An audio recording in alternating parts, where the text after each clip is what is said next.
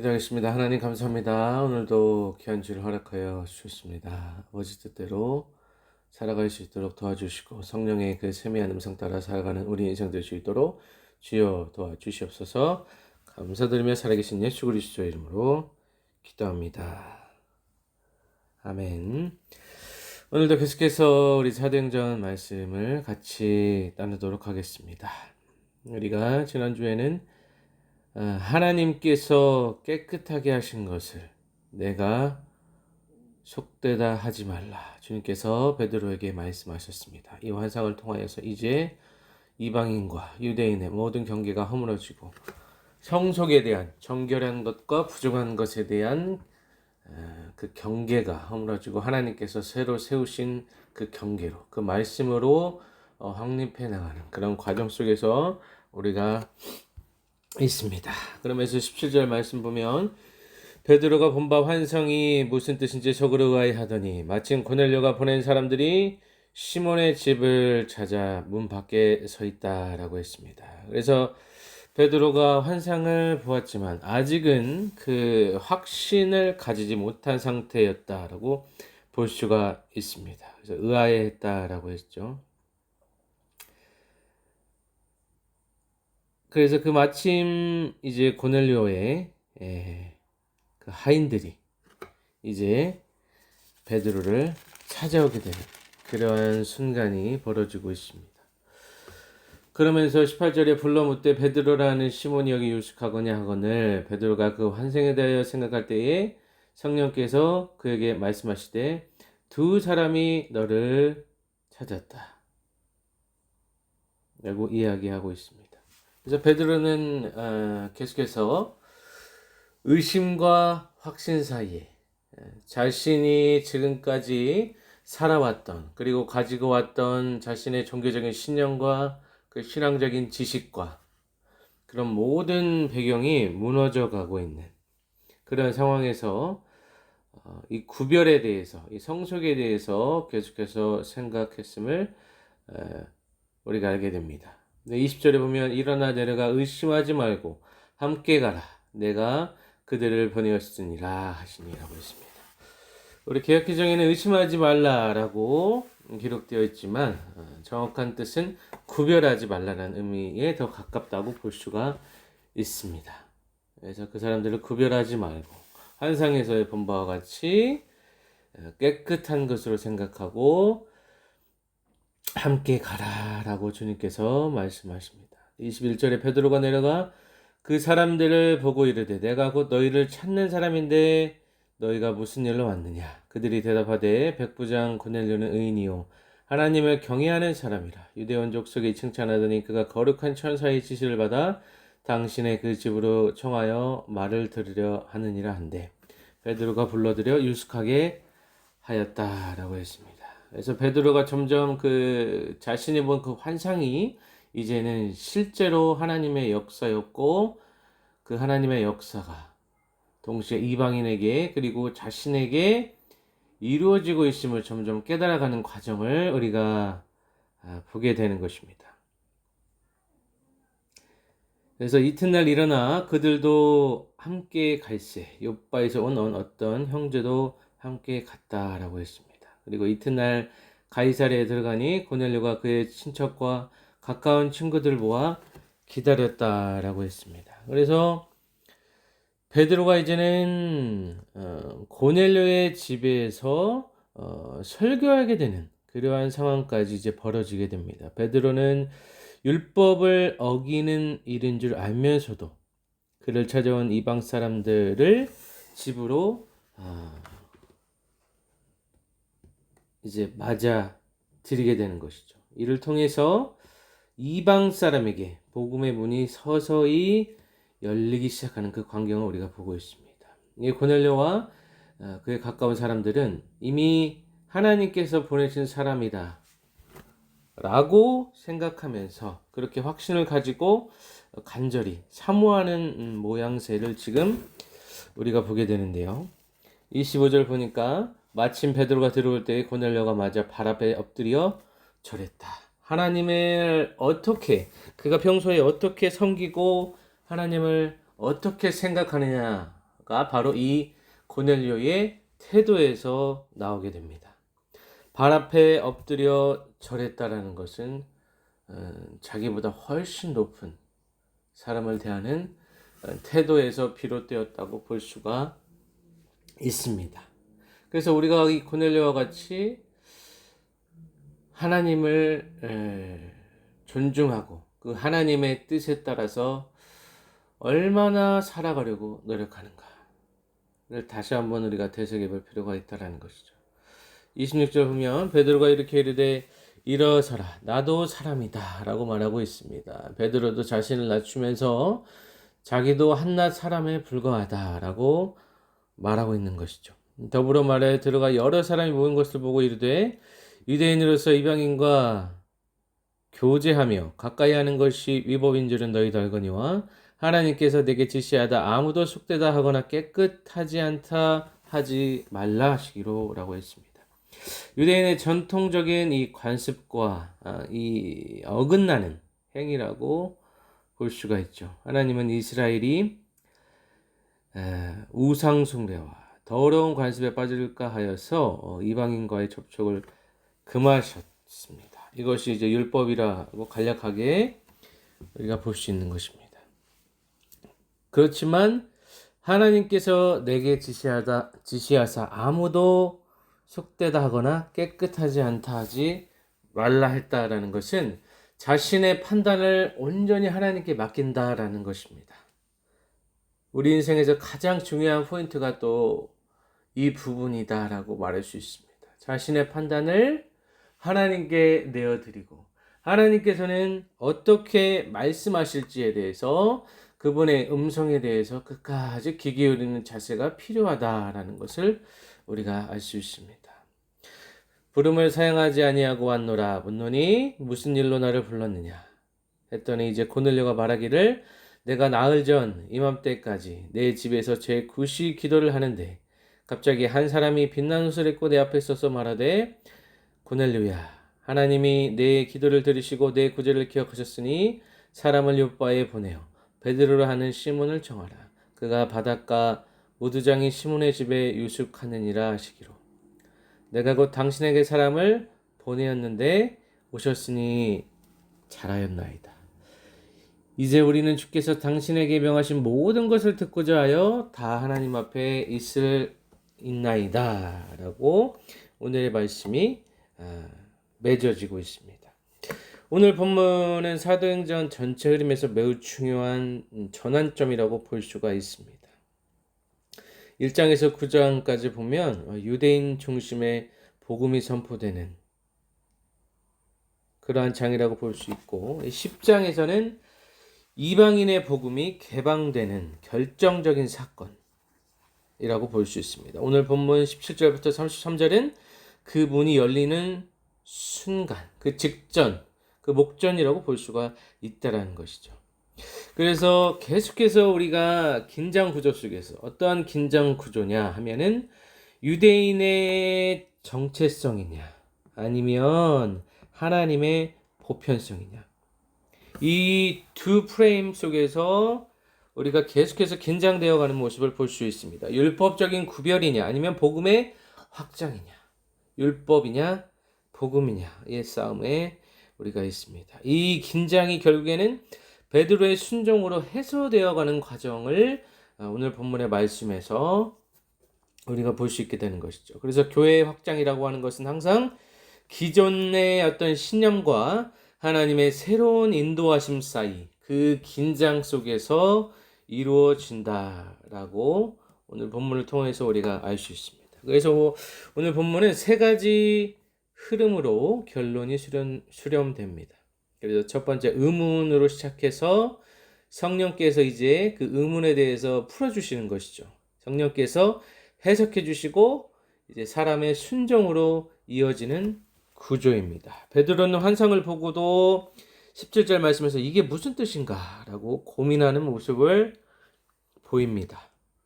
이 해석은 인간의 지혜가 아니고 성령님의 직접적인 개입으로 아주 특수한 상황이죠. 19절 20절 말씀 보면 베드로가 그 환상에 대하여 생각할 때에 성령께서 그에게 말씀하시되 두 사람이 너를 찾으니 일어나 내려가 의심하지 말고 함께 가라. 내가 그들을 보내었느니라. 라고 말씀하고 있습니다. 그래서 해석은 인간의 지혜가 아니고 성령께서 직접적으로 개입하셔서 그 모든 상황을 풀어 가시는 모습을 우리는 보게 됩니다. 베드로는 완전한 이해가 없었습니다. 끝까지 완벽하게 이해하지 못했지만은 그러한 상황에서도 즉시 순종한다. 그런 모습을 우리가 보게 되고, 그래서 하나님의 뜻은 완전한 이해, 이후가 아니라 이성적으로 완벽한 이해, 이후가 아니고 부분적인 이해 속에서도 순종하는 자에게 그 길이 열리게 되는 것입니다. 인간의 호기심과 지적인 욕구, 모든 것을 다 알고 싶어하는, 하나님의 자리에 서고자 하는 모든 것을 다 알고 싶어합니다. 사소한 것까지 다 알고 통제하고 컨트롤하려고 하는 것이 이 인간의 기본적인 마음입니다. 하지만 부분적인 이해 속에서도 하나님의 말씀에 순종해야 되는 자세가 필요하다. 그러한 자에게 하나님께서 길을 열어주신다라는 것입니다. 또 하나님이 이미 양쪽을 동시에 준비하시는 모습을 우리가 보게 되죠.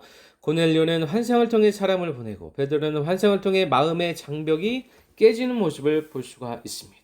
이 두 가지 사건은 우연이 아니고 하나님께서 치밀하고 정밀하게 계획하시고 맞물린 하나님의 섭리라고 우리가 볼 수가 있습니다. 그래서 하나님의 사역은 동시에 준비된 만남으로 이루어지게 됩니다. 우리의 삶 속에서도 어떠한 일을 계획하시고 실행해 나가실 때에 동시에 양쪽을 준비하셔서 하나님의 그 때에 하나님의 그 섭리 속에서 그 두 사람을 밀어넣게 되는 것이죠. 한쪽만 준비되는 일은 없다라는 것입니다. 또 베드로의 태도가 점점 변하는 모습을 오늘 본문의 말씀을 통하여서 우리가 보게 됩니다. 유대적인 경계 속에서 자신이 평생 살아온 그 틀 안에서 경계하다가 관계를 수용하는 모습을 보게 됩니다. 28절에 이방인의 집에 들어가는 자체가 금기였습니다마는 그 금기를 깨트리고 말씀 보면 유대인으로서 이방인과 교제하며 가까이 하는 것이 위법인 줄은 너희도 알거니와 하나님께서 내게 지시하사 아무도 속되다 하거나 깨끗하지 않다 하게 말라. 깨끗하지 않다 하지 말라. 이렇게 말씀하고 계시는 것입니다. 그래서 베드로는 그 금기를 완전히 깨버리고 함께 들어가고 함께 보며 대화했습니다. 결론적으로는 복음은 단순한 메시지가 아니고 관계의 장벽을 깨는 실제적인 행동으로 드러날 때 빛을 발하는 것을 우리가 보게 됩니다. 신학적인 관점에서 우리가 살펴보자면 하나님의 주권에 대해서 우리가 생각해 볼 필요가 있습니다. 환상, 천사, 이 성령, 타이밍 모두 하나님께서 주도하고 계시는 모습이죠. 그래서 선교와 이 구원, 특히 복음의 역사가 실제적으로 나타날 때에 이것은 인간의 계획이 아니고 철저히 하나님의 주권적인 역사임을 우리는 다시 한번 깨달을 필요가 있습니다. 그리고 두 번째는 이 계시의 점진성이라는 것입니다. 점진적으로 계시가 확증된다라는 것이에요. 베드로도 처음에는 이해하지 못하지만 이제 나중에는 완전하게 이해하게 됩니다. 점점 깨닫게 됩니다. 그래서 34절에 이제 완성되게 됩니다. 하나님의 뜻은 한 번에 딱 하고 완벽하게 완전하게 주어지지 않고 순종 속에서 점진적으로 열립니다. 하나를 순종했을 때 또 하나가 열리고 그 하나를 순종했을 때 더 깊은 차원으로 더 깊게 그 순종의 깊이에 따라서 말씀의 깊이에 따라서 하나하나가 열리게 된다는 것입니다. 그리고 복음의 보편성에 대해서 우리가 생각해 볼 필요가 있습니다. 고넬료는 경건한 이방인이었고 아직 복음을 모르는 상태였습니다. 하지만 하나님은 이미 모든 민족 가운데 모든 사람 가운데 일하고 계셨고 복음은 특정 민족의 특정 그룹의 소유가 아닙니다. 그래서 복음을 우리 그룹, 우리 공동체만의 것으로 생각하고 있는 그러한 교리를 가지고 있다라면 그것이 다름 아닌 이단, 사단의 역사라고 우리가 볼 수 있습니다. 그래서 이 보편성에 대해서 우리가 한번 생각해 볼 필요가 있고 또 성령의 인도하심에 대해서 그 세미한 음성에 대해서 우리가 살펴볼 필요가 있습니다. 성령이 의심하지 말고 구별하지 말고 따지지 말고 가라라고 직접적으로 명령하고 있습니다. 그래서 진정한 복음의 역사는 어떠한 전략, 어떤 계획, 철저한 준비 이전에 성령의 음성에 대한, 그래서 성령의 음성에 대한 영적인 분별력을 가지는 것이 선행되어야 하고, 이것은 우리가 어떻게 살아왔는지에 따라서 우리 영적인 분별력의 수준이 달라질 것입니다. 그래서 성령의 음성에 대한 즉각적인 순종이 필요하다라는 것입니다. 그래서 오늘 본문은 교회와 이 개개인에 대한 매우 강력한 메시지를 주게 되는데, 첫 번째로 내 기준을 내려놓아야 한다. 내 프레임을 깨야 된다. 나의 프레임. 베드로도 종교적인 확신이 있었지만 틀릴 수 있었죠. 오늘날 교단과 문화와 편견과 신앙 스타일, 우리의 각자 신앙의 컬러가 있습니다. 이것이 복음보다 앞설 때, 말씀보다 앞설 때 위험해지는 것입니다. 그래서 하나님의 일하시는 것은 때때로 내가 가장 불편한 곳, 내가 가장 힘들다고 생각하는 그러한 방향에서 시작될 수 있기 때문에, 그러한 시작을 알아차리는 것이 이 바로 성령의 음성을 듣는 법이고, 또 이 영적인 분별력을 어느 정도 수준에서 우리가 가지고 살아갈 수 있는가, 이것이 중요하다라는 것입니다. 두 번째는 하나님의 타이밍을 신뢰하라. 하나님의 역사하심을 신뢰하라는 것입니다. 베드로가 고민할 때 이미 사람이 도착해 있었습니다. 우리의 삶도 마찬가지로 우연처럼 보이는 만남 또는 갑작스러운 요청, 설명 안 되는 인도하심이 있을 수 있습니다. 그래서 지금 이 상황은, 나에게 닥친 이 상황이 이미 하나님께서 준비하신 자리일 수도 있다라는 것입니다. 그리고 무엇보다 우리는 수많은 사람들과의 관계 속에서 살아갑니다. 관계로 들어가야 복음이 전해진다라는 것이죠.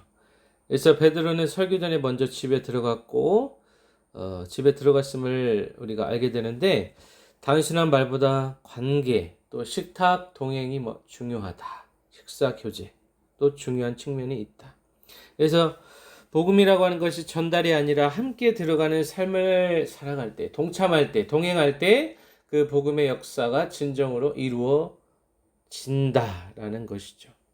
그리고 베드로의 모습에서 우리가 살펴보았듯이 완벽한 확신보다는 순종이 먼저입니다. 완전히 베드로도 확신 100%가 아니었습니다. 그러나 움직였고, 그때 하나님의 뜻이 하나하나 드러나게 되었습니다. 하나님은 확신이 있는 사람보다, 똑똑한 사람, 지식이 충만한 사람보다는 순종하는 사람을 사용하십니다. 그래서 오늘 최종적인 결론은, 하나님께서 이미 사람과 상황을 만드시고 성령으로 인도하신다는 것입니다. 그러기 위해서는 우리가 정결한 상태, 깨끗한 상태, 거룩한 상태를 유지했을 때 영적인 분별력이 살아나서 그 영적인 분별력을 가지고 우리가 성령의 세미한 음성을 들을 수 있다는 것입니다. 육체의 소리를 걷어내고 날마다 예수님의 피로 우리 모든 머리부터 발끝까지 씻어내고, 날마다 회개하고 씻어내고, 가장 좋은 것으로 하나님으로, 성령으로, 말씀으로, 예수 그리스도의 그 거룩한 보혈로 성령으로 충만한 삶을 살아갈 때 우리가 영적인 분별력을 가지게 되고, 그 영적인 분별력을 통하여서 우리가 우리의 인생을 하나님의 계획 안에서 살아갈 수 있다라는 것입니다. 그래서 이 순종하는 자를 통하여서, 그분의 음성에 순종하는 자를 통하여서 하나님께서 역사하신다라는 것입니다. 그리고 그 과정은 항상 이해보다는 순종이 먼저이고, 편견보다는 은혜, 그리고 나의 계획보다는 성령이 먼저가 되어야 한다라는 것입니다. 그래서 우리가 하루하루 살아가면서 수많은 선택과 상황에 놓이게 되는데, 그 가운데서 우리가 과연 우리 안에 하나님께서 원치 않으시는 모습은 없는지, 거룩하지 못한 모습, 정결하지 못한 모습을 모두 다 끊어내고, 의시간 끊어내고, 우상숭배 끊어내고, 모든 중독 끊어지고, 관계 중독, 여러 가지 물질에 대한, 성에 대한 어떠한 중독이든지 하나님보다 더 앞서는 그 모든 것을 이 시간 끊어내고 주님 앞에 정결한 신부로 서야 된다는 것입니다. 그럴 때 하나님께서 음성을 들려주십니다. 그때 비로소 하나님께서 말씀하실 수 있는 그러한 그릇이 준비된다라는 것입니다. 우리의 심령이 깨끗하고 정결하고 하나님을 날마다 사모하고 말씀을 사모하고 주님과 끊임없이 그 끝없는 대화를 통하여서 그 동행을 통하여서 우리는 진정한 하나님의 자녀로 살아갈 수 있다라는 것입니다. 그래서 오늘 말씀을 통하여서 우리가 제사보다는 순종, 율법보다는 복음의 자리로, 그 진리의 자리로, 그 예수 그리스도의 그 성품의 자리로 나아가시는 우리 모든 귀한 성도 되기를 예수 그리스도의 이름으로 간절히 축원합니다. 기도하겠습니다. 아버지여 감사합니다.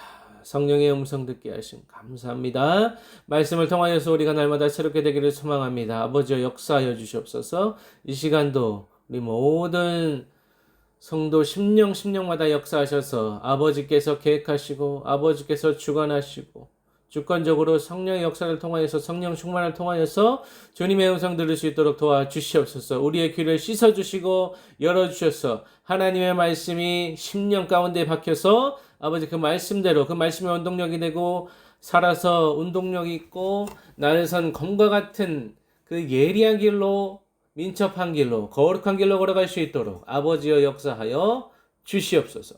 감사드리며 살아계신 예수 그리스도의 이름으로 기도합니다. 아멘.